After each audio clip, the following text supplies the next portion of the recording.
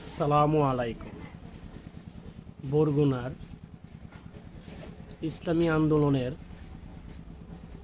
সংসদ সদস্য এখন পর্যন্ত সংসদে ঢোকে নাই। সাংবাদিকে প্রশ্ন করল এমপি সাহেবকে, আপনি এমপি হওয়াতে কতটুক খুশি? উনি উত্তরে বলল, আমি খুশি নই, কারণ আমার উপরে 5 লক্ষ জনগণের জিম্বাদার হয়েছি। আমি তাদেরকে যদি খুশি করতে পারি তাহলে আমি খুশি। আমি এমপি হয়েছি বিদায় আমাকে এমপি সাহেব ডাকা লাগবে তা না, আমি তাদের গোলাম।